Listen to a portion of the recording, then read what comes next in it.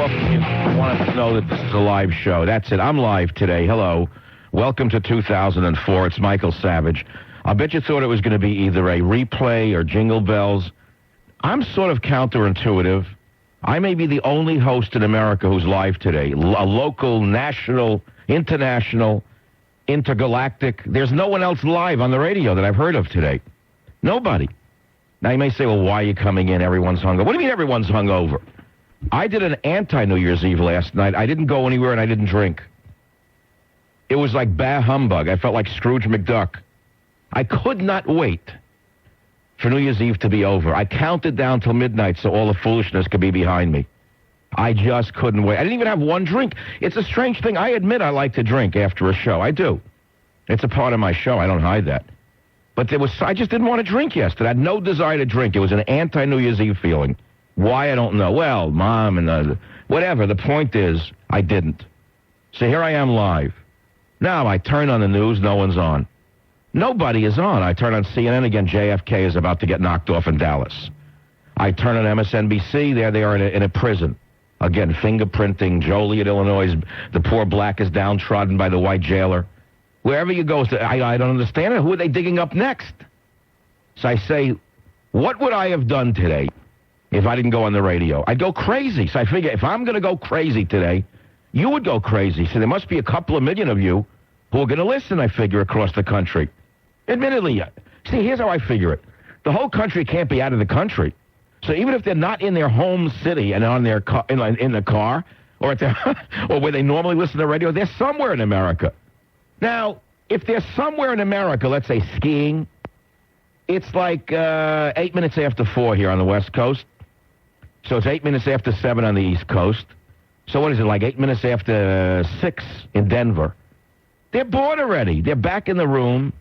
How many days can you ski, and how many days can you après ski, and how many days can you say how lucky you are? So now they're searching, I would imagine, dialing. They're in a car. They left their honey. They left their boy. They got in a car to get away from him for a minute. Any excuse because they're about to choke to death from the intimacy. Now they're dialing. Now they're dialing around, and they're going to find me. And I'm going to get calls today from people who say, Mike, I normally listen to you in Texas. Yeah, I'm picking you up in Colorado, man. I'm so glad you're on the radio. Well, Mike, I normally don't listen to you. I hate you, but today, thank God you're on the air. It's like a life preserver for me. No, I don't think America's really asleep. In fact, I think most of America is quite alert and dying to talk about stuff.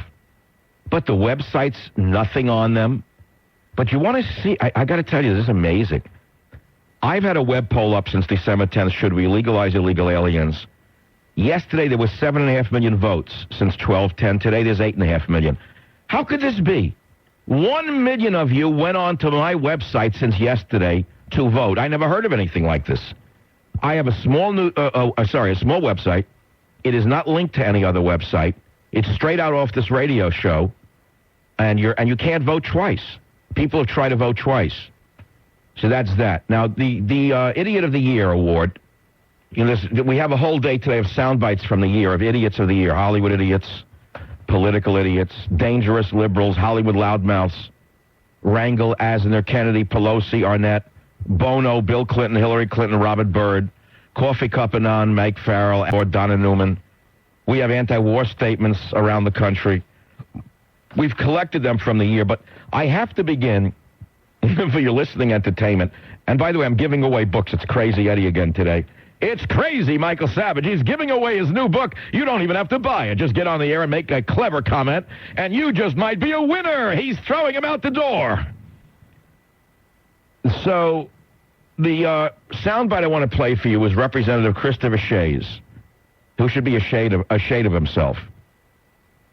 Representative Christopher Shays should be ashamed of himself for telling the public not to go. Don't go to Times Square. I mean, this is unbelievable to me. It's unbelievable to me. You got to listen to the clips. Play clip 28 from yesterday from Christopher Shays. This is unbelievable. I think it's really irresponsible for our government to tell people that they don't need to take precautions. I know that I wouldn't want to go to Times Square because I know that's a tempting target for terrorists. And I wouldn't let my daughter go. I wouldn't do that for anything. I wouldn't go into places where you're packed and where if there was panic, a lot of injuries would take place. Just what the doctor ordered in the time of war to show solidarity and strength like that. Representative Shays gets the Shay Award. It's going to be a new award on the Savage Nation for cowardice under stress.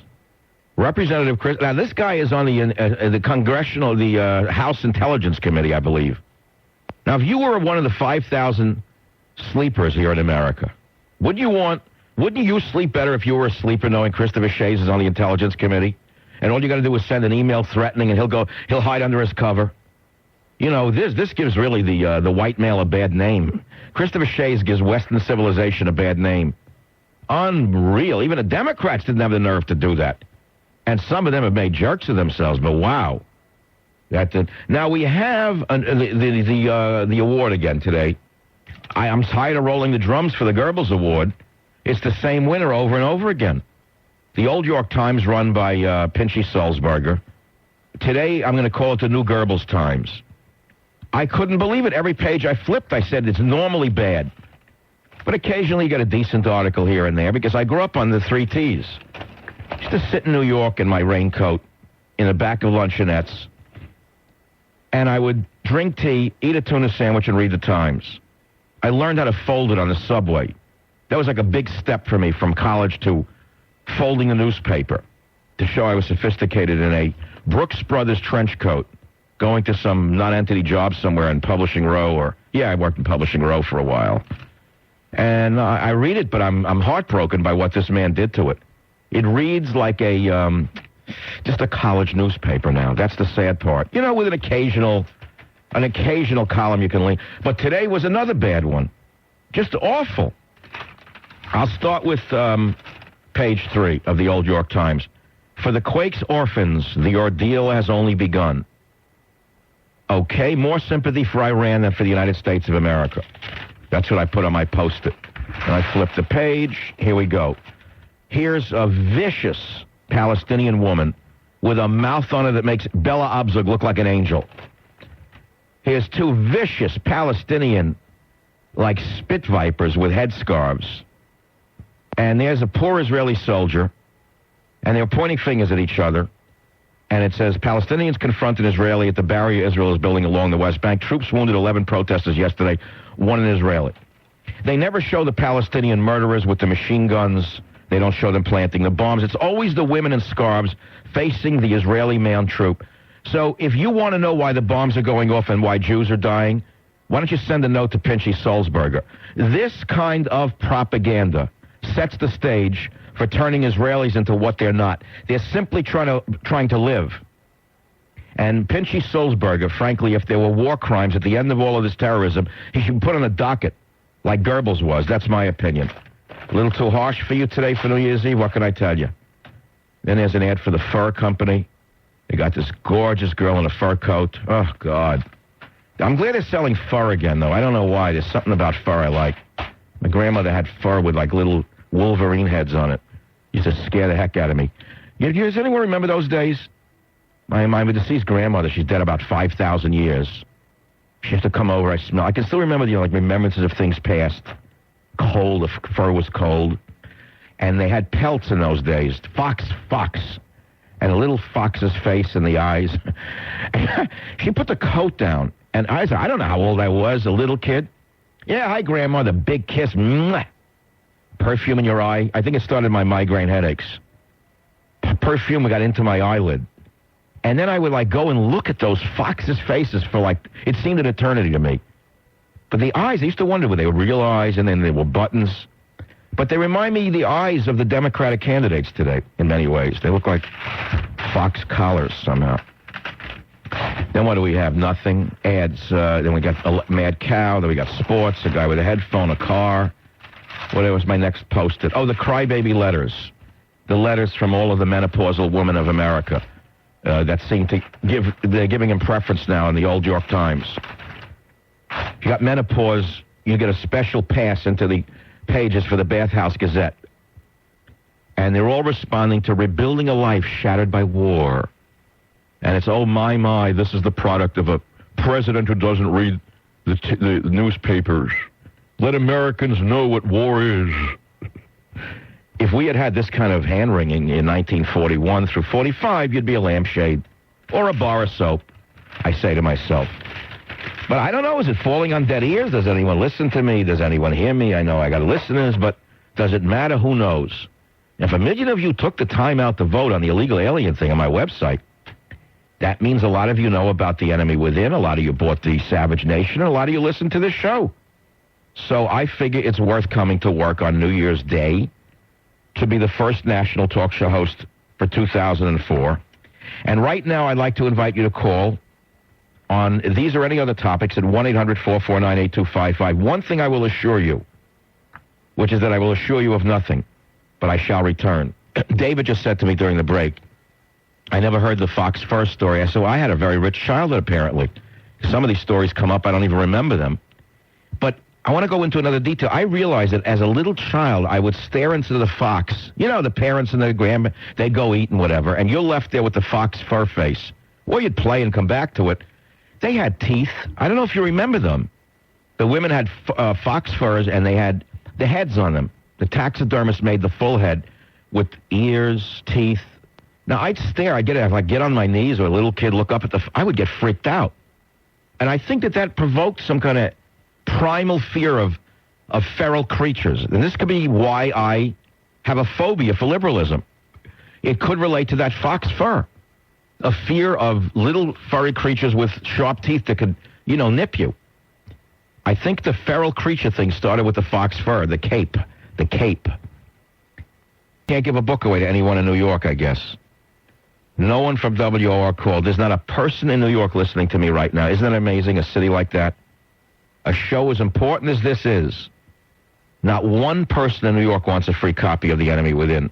All right, so they'll go to Texas, Syracuse. They'll go to San Diego, San Francisco, Boston. New York won't get it, that's all. What can I do? Tom on WOR in New York City. Welcome to the Savage Nation. Topic, please. Michael, I just wanted to call to say I got your book as a present for my wife, the best gift I ever got, and I will be looking forward to using it. I am a teacher, and I'll be using it when I get back into the enemy. Oh, God bless. I love teachers. What grade do you teach? Hello? Where are you? Yeah, what grade do you teach? Michael. What? I'm in New Jersey now. No, but what grade do you teach? High school in New York City. Man, what do you teach? What subject? I work with kids. I teach every subject as well as working as a disciplinarian with kids who are basically one step away from being in gangs or dropping out. Oh, you're one of the best kinds of guys. I had a friend, I'm a former school teacher, and I remember when I was teaching high school in New York, I had a friend. He was a tough kid. He loved working in Harlem with kids just like yours, and he saved them from reform school. He went to the 600 schools in those days for the bad kids who wouldn't conform. They'd fight, they'd diss the teacher, so they put him in the last step was a 600 school. Today you can't do that, they're better than normal. And he would fight with them. He actually would have a punch out with them. They loved him because he was able to fight with them, and they only respected him because he could fight. Did you know that, Tom, in those days? The 600 term actually comes from, I know a friend told me from, actually the pay teacher would get for working with these kids, extra money. And it's no kidding. That's what it came from. Tom, I'm going to send you a free copy of The Enemy Within so you can beat a kid over the head with it. Stay on the line. You get a free copy. I don't know. Maybe you'll find a kid to give it to. You can change his life with it. You give it away to a student. KNEW, San Francisco. Gene, welcome. You're on the air. What's on your mind?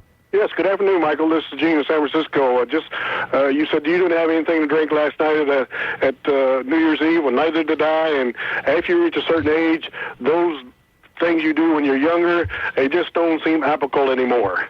And well, wait a minute. Hold it now. That didn't mean I gave up drinking. I mean, just last night it was an anti-New Year's Eve thing, Gene. Just somehow... Tonight I intend to get blind drunk. I'm going to have a stiff one, but last night I just... Yeah, no, tonight I'm going to drink an entire bottle of Dom Perignon by myself. Thanks, Gene. I appreciate it.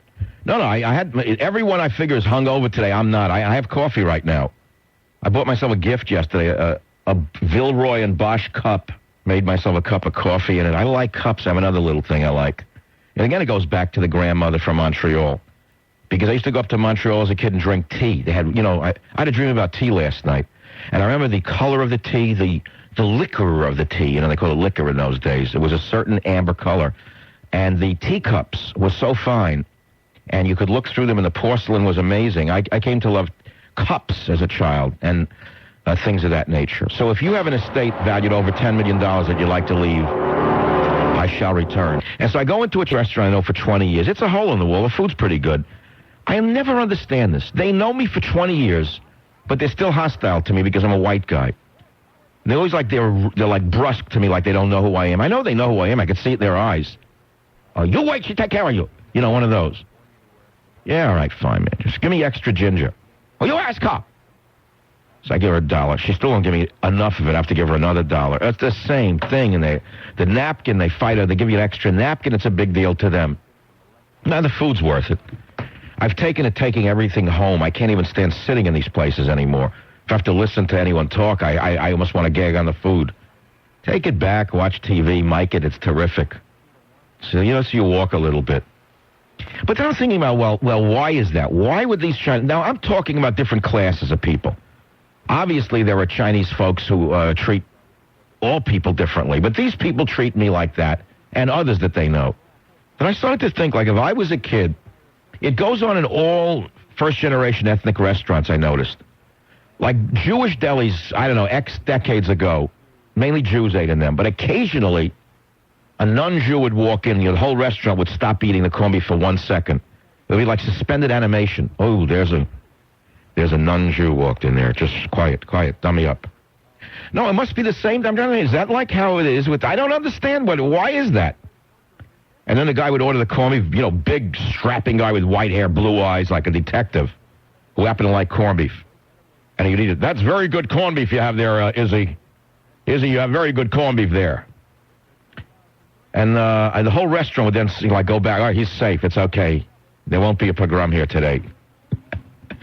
It happens first-generation ethnic restaurants. Oh, life goes on, and then you become a fur face. You become a fox fur face in God's little acre. It's like a processing ward. It's like, it's like a cycle. You're next. It's like when a parent dies, you're next in line. So I'm in a particularly bizarre mood. I'm next in line, the eldest, I think. No, there's one. Here's the next stop is that casket. So, well, what are you going to do about that? Well, I do what I do every day, just work. Then one day I won't work, and that's it. But then you ask yourself, well, what effect did you have? I wrote 20 books, I saved plants, I had children. There's like a day to ask yourself those questions. I won't do it tomorrow. And I don't know, does anyone else go through these self-questioning periods? I'm not depressed, don't get me wrong. This is not like a depression thing. It's like inventory. What does your life mean? What have you done? Well, some of my books have helped people in the health field for years. I remember Earth Medicine, Maximum Immunity, how to stimulate their immune system. I taught them about Native American medicine,